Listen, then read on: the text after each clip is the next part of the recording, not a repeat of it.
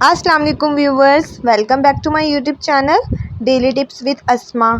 राहिला नाम का शुमार लड़कियों के नामों में होता है। राहिला एक इस्लामी नाम है। राहिला नाम की इब्तदाई तारीख अरबी ज़बान से निकलती है। राहिला नाम की लड़कियों के लिए खुशकिस्मत नंबर 2 माना जाता है। राहिला नाम का मतलब है सफ़र करने वाली। खुशकिस्मत दिनों के हिसाब से बुध, जुम्मा और हफ्ते का दिन शामिल है।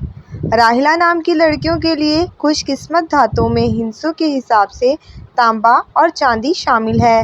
राहिला नाम का शुमार इंटरनेट पर सबसे ज़्यादा सर्च होने वाले नामों में से होता है। राहिला नाम के अफराद के लिए मुआफ़िक रंगों में पीला, नीला और सफ़ेद रंग शामिल है। राहिला नाम के अफराद के लिए मुआफ़िक पत्तों में हीरा शामिल है। फ्रेंड्स, अगर आप अपने नाम का मतलब जानना चाहते हैं तो कमेंट बॉक्स में अपना नाम लिखें। इंशाअल्लाह हम आपके नाम की वीडियो ज़रूर बनाएंगे। Thanks for watching. अल्लाह हाफिज़।